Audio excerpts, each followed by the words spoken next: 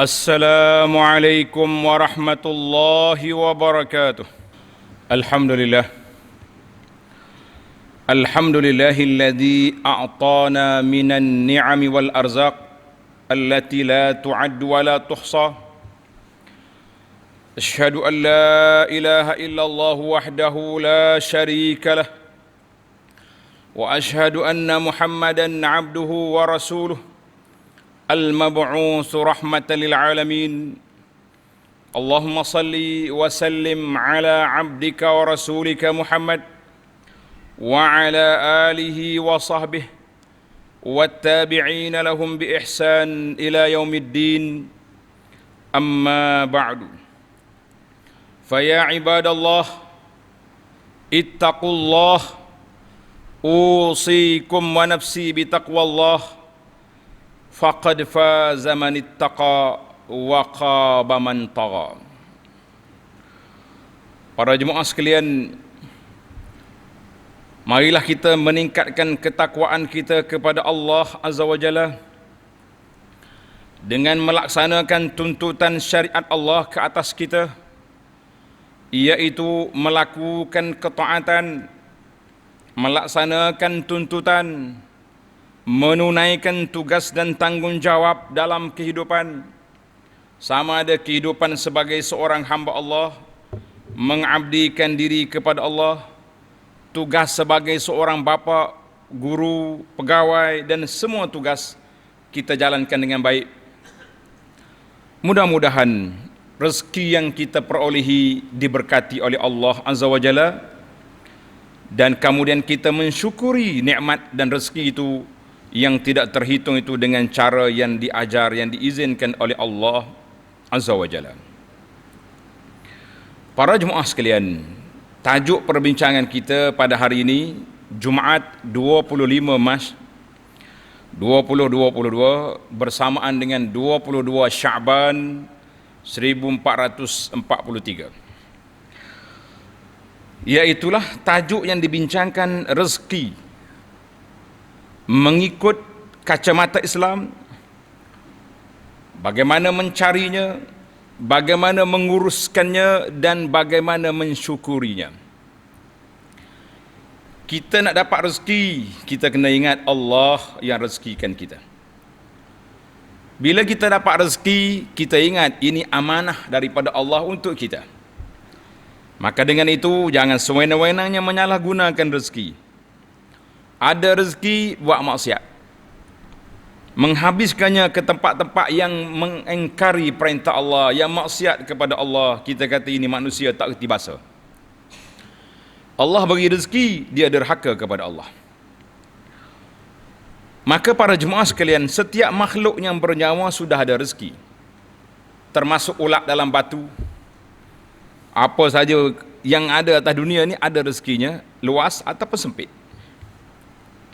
Sebagaimana firman Allah Ta'ala dalam surah Hud ayat yang ke-6. A'udzu billahi minasyaitonir rajim.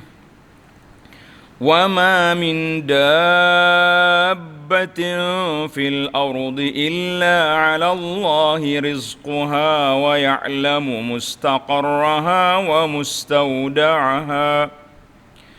Kullun fi kitabim mubin. Dan tiadalah sesuatu pun dari makhluk-makhluk yang bergerak di bumi, melainkan Allah jua yang menanggung rezekinya dan mengetahui tempat kediamannya. Ini yang dikatakan rezeki tak tersalah alamat. Kalau hak kita, sampai ke rumah kita, sampai ke mulut kita. Kalau bukan hak kita, duduk depan mulut, tumpah. Berapa banyak kita nak makan, tiba-tiba terbalik kita punya mangkuk. Subhanallah. Itu dia panggil Allah Ta'ala rezeki, tahu di mana tempat kediamannya dan tempat ia disimpan.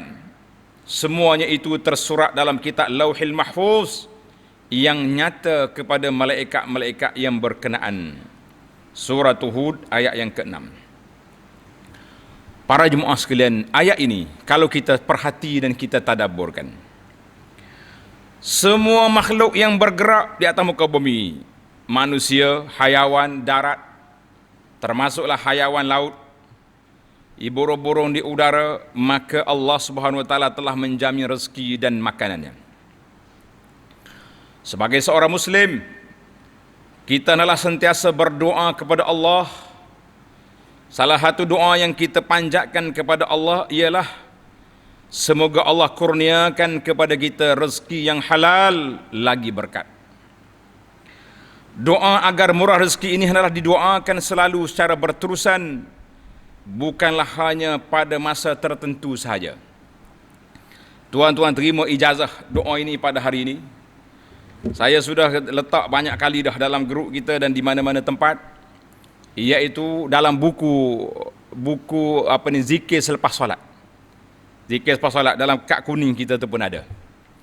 Iaitu doa selepas solat subuh.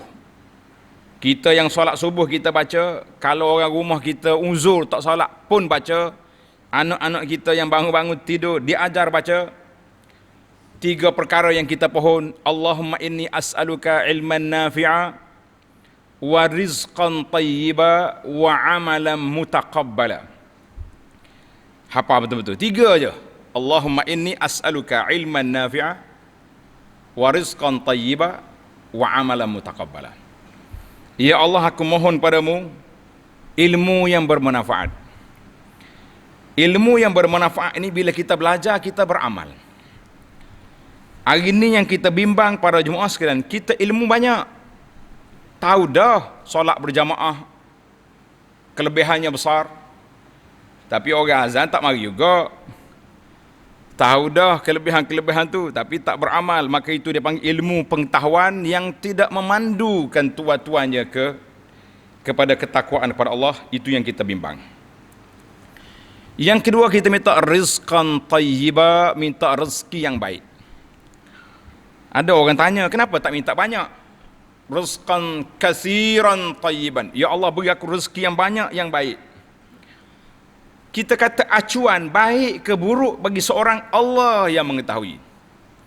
Ada orang kalau diberi rezeki 3,000 sebulan, dia hidup aman, selesa hidup dia, tawaduk, tidak sombong, Allah beri kepada kita 3,000 sebulan. Ada orang tak boleh bagi 3,000, 2,500, 3. Ada orang kalau tak bagi 20,000, dia jadi orang panggil tak betul. Maka Allah beri dia banyak. Allah yang memilih untuk beri rezeki kepada kita. Dan ada yang Allah Ta'ala beri lebih untuk menguji manusia itu. Kita tak nak. Kita nak rizqan tayyiba, rezeki yang baik sesuai dengan aku sebagai hamba Allah, yang boleh membawa bekal kepada kita untuk bertemu dengan Allah, yang menjadi bekalan kita beribadat kepada Allah. Kemudian permohonan yang ketiga, wa amalan mutaqabbala, semua amal yang kita buat, yang zahir, yang batin, puasa, solat, zakat, haji, kita minta Allah Ta'ala kabulkan. Ini permohonan kita. Para jemaah sekalian, rezeki adalah pemberian Allah kepada makhluknya yang boleh diambil manfaat. Ada rezeki yang halal, ada rezeki yang haram, na'udzubillah. Kita minta berlindung kepada Allah Ta'ala. Ada rezeki yang zahir seperti makanan, minuman, kenderaan, anak-anak, tempat tinggal, kediaman yang baik dan sebagainya. Ada rezeki yang batin seperti ilmu pengetahuan. Ilmu pengetahuan, sifat-sifat yang baik yang terkandung dalam jiwa kita, itu dipanggil ilmu yang batin. Kita je tahu. Kita ibadat kerana Allah ke kita nak tunjuk pada orang? Kita ikhlas ke kita tak ikhlas? Kemudian di antara rezeki, memiliki kekuasaan, sihat tubuh badan, sifat hati yang baik dan sebagainya. Janganlah disangka bahawa rezeki itu hanya harta sahaja. Pendek kata, rezeki itu ialah apa yang boleh diambil manfaat daripadanya. Kekuatan adalah rezeki. Ilmu, rezeki. Panjang umur, rezeki. Sifat rendah diri, rezeki. Semua perkara yang baik rezeki, yang tak baik pun rezeki. Maka kita uruskan dengan baik. Sekiranya kita tidak mempunyai banyak harta untuk dibelanjakan di jalan Allah, tetapi anda memiliki badan yang sihat, maka tuan boleh bekerja mencari harta, ada lebih boleh bersedekah, ataupun kita memiliki rezeki ilmu, maka kita dapat menjadikan ilmu kita dalam panduan dalam hidup kita dan mengajarkan kepada orang-orang yang tidak mengetahui. Begitulah jika kita memiliki kekuasaan, kita boleh memberi pertolongan kepada orang lain yang memerlukan pertolongan. Jangan pula salah guna kuasa untuk nyek orang lain. Tidak sekali-kali. Yang kita bimbang hari ini, bila kita ada kuasa, kita pula khianat kepada orang tua orang ni, sekak sana sekak sini. Jangan. Maka gunakanlah rezeki yang ada itu, wa mimma razaqnahum yunfiqun, serta membelanjakan, mendermakan sebahagian dari rezeki yang kami berikan itu kepada mereka yang memerlukan. Surah Al-Baqarah ayat 3. Rezeki yang dikurniakan oleh Allah Subhanahu wa taala kepada seorang itu adalah merupakan nikmat Allah Subhanahu wa taala, dan ia akan ditanya di hari kiamat nanti dari mana diambil dan kemanakah digunakan dan dibelanjakan, dan sudahkah dia mensyukuri Allah Azza wa Jalla yang telah memberi nikmat itu. Firman Allah Ta'ala, la in syakartum la azidannakum wa la in kafartum inna azabi lasyadid. Artinya, demi sesungguhnya jika kamu bersyukur, nescaya aku akan tambah nikmat aku kepada kamu. Dan demi sesungguhnya jika kamu kufur, engkar, sesungguhnya azabku amatlah keras. Surah Ibrahim ayat 7. Artinya, syukur adalah pengakuan di atas nikmat yang diberikan oleh Allah Subhanahu wa taala yang Maha Pemurah, disertai dengan sikap memuji Allah dan mengagungkan Allah. Mulut sentiasa berkata alhamdulillah, tangan mengholor bantuan dengan lebihan nikmat yang kita ada, mulut sentiasa menyampaikan ilmu, nasihat dan maklumat yang berguna kepada orang yang memerlukan, itulah tanda syukur. Pangkat kedudukan yang kita ada, kita gunakan untuk memakmurkan masyarakat, memakmurkan kawasan kita dengan kelebihan yang kita ada. Para jemaah sekalian, Allah menciptakan manusia untuk beriman dan beribadat kepadanya. Allah yang menjadikan mati dan hidup untuk menguji manusia. Allah menguji manusia dengan berbagai ujian bagi menzahirkan siapa yang benar-benar beriman dan taat kepada Allah. Di dalam melaksanakan ujian, Allah Subhanahu wa taala menciptakan manusia dalam keadaan berbeza-beza. Ada yang kaya, ada yang miskin, ada yang berilmu dan ada yang jahil. Ada yang sehat dan ada yang sakit. Ada yang separuh-separuh, taklah sakit sangat, sehat benar pun tidak. Ada yang lemah, ada yang bekerja, ada yang menganggur, ada yang berkuasa dan ada orang yang dikuasai. Begitulah seterusnya sumber rezeki mereka bermacam-macam. Sebenarnya antara mereka saling berkhidmat. Dunia akan menjadi aman dan makmur apabila baik dan murni hubungan sama-sama kita. Setiap orang menunaikan tanggungjawab dan menjaga hak-hak orang lain serta mengasihi saudaranya sebagaimana dia kasih kepada dirinya sendiri. Mereka bertolongan dalam berbuat kebajikan dan tidak bertolongan dalam berbuat dosa dan permusuhan. Orang yang paling mulia dan dikasihi oleh Allah ialah orang yang paling bertakwa kepada Allah Subhanahu wa taala dan paling bermanfaat kepada manusia. Ambillah iktibar dan pengajaran dari kisah Fir'aun, Namrud, Qarun, Abu Lahab dan kaum-kaum yang zalim memutuskan hubungan silaturahim dan watak-watak pelaku kerusakan di muka bumi ini, zaman dulu dan juga zaman sekarang. Para jemaah sekalian, ingatlah bahawa harta yang kita miliki ini adalah harta Allah. Dia beri kepada kita sebagai penggunaan dan ujian. Rezeki yang kita gunailah daripada Allah. Allah membahagikan kepada manusia dengan hikmat dan kehendaknya. Allah Subhanahu wa taala Maha Adil dan penyayang kepada hamba-hambanya. Firman Allah Ta'ala, Qul inna rabbi yabsutur rizqa liman yasha'u wa yaqdir walakin aktsaran nasi la ya'lamun.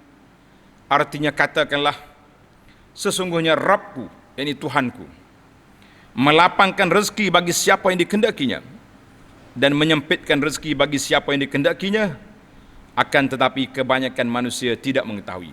Sombong, besar kepala, ingat rezeki dia punya. Surah Saba ayat 36. Para jemaah sekalian, secara ringkasnya, di antara sebab-sebab mudah dan kita mendapat rezeki, dilapangkan rezeki oleh Allah Azza wa Jalla, ada beberapa sebab. Tuan-tuan ambil perhatian, mudah-mudahan kita dapat meraih sebab-sebab yang disebut ini, insya-Allah. Sebab yang pertama, bertakwa kepada Allah Subhanahu wa taala dengan sebenar-benar takwa dan melaksanakan segala perintah Allah Subhanahu wa taala. Firman Allah taala yang selalu kita baca, yang kita gantung di dinding-dinding, wa man yattaqillaha yaj'al lahu makhraja wa yarzuqhu min haitsu la yahtasib.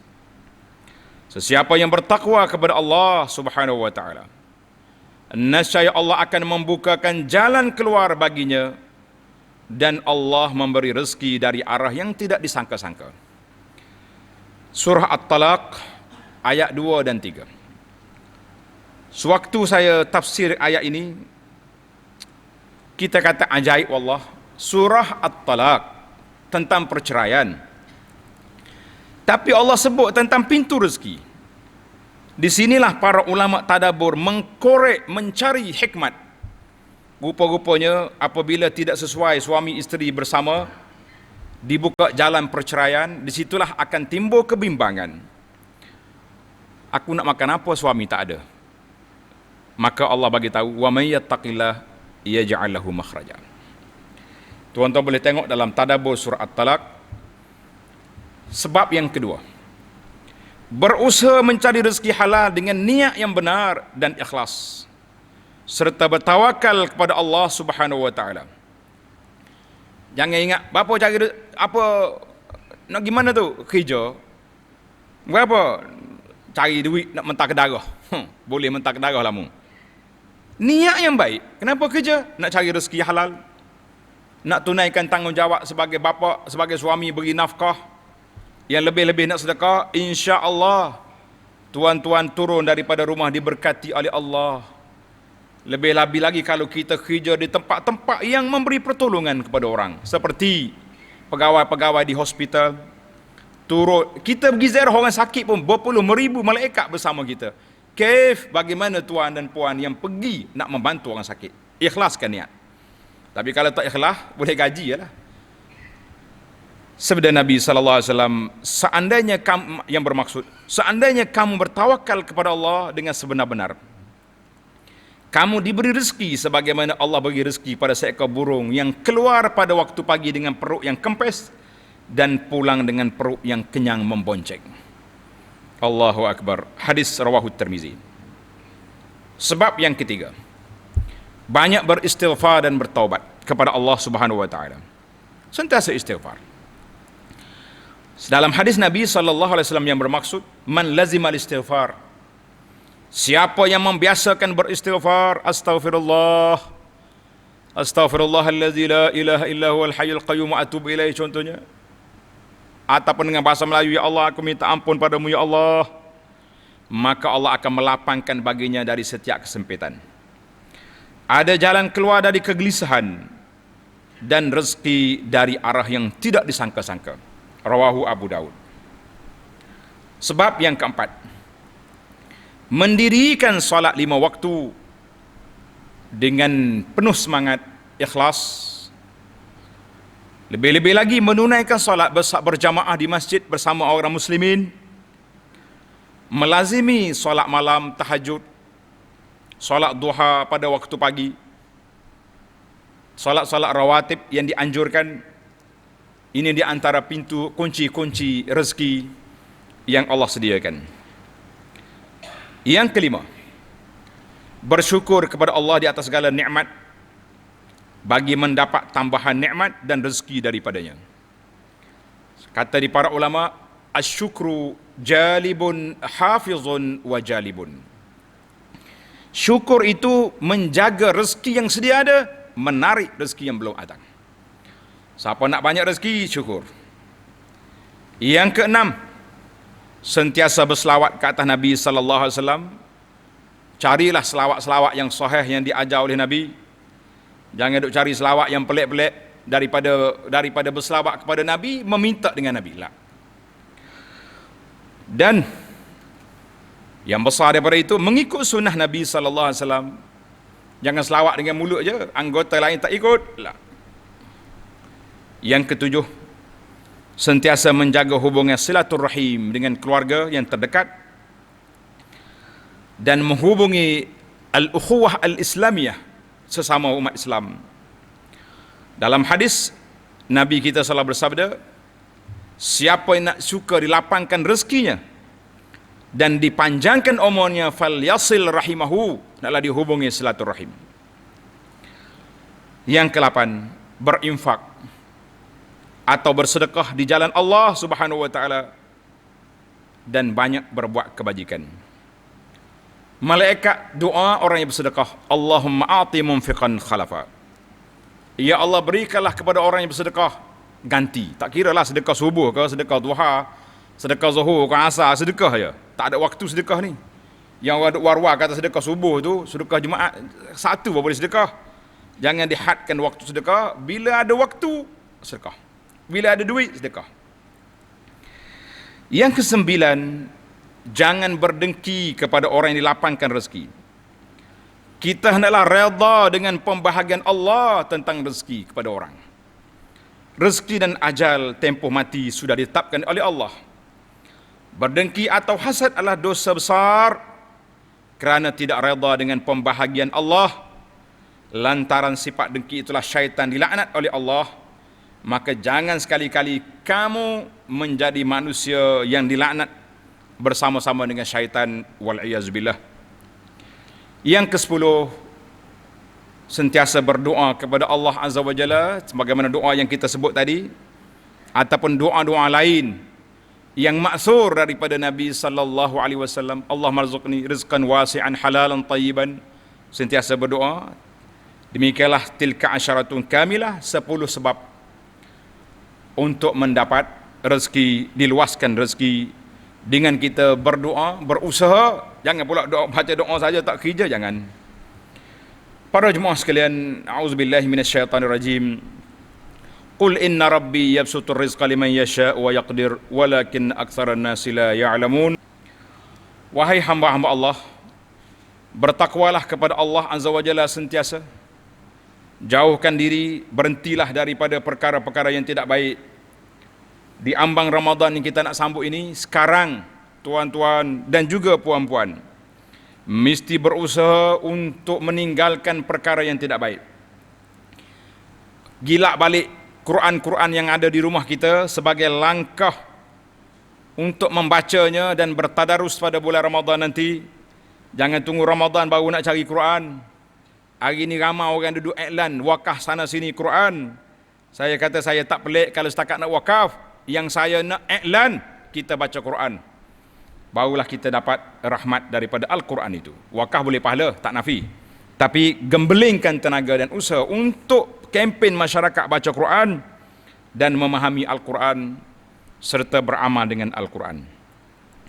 Para jemaah sekalian, sentiasalah kita berdoa, berselawat ke atas Nabi sallallahu alaihi wasallam kerana perintah Allah dalam Al-Quran, innallaha wa malaikatahu yusalluna 'alan nabi ya ayyuhalladzina amanu sallu alaihi wa sallimu taslima.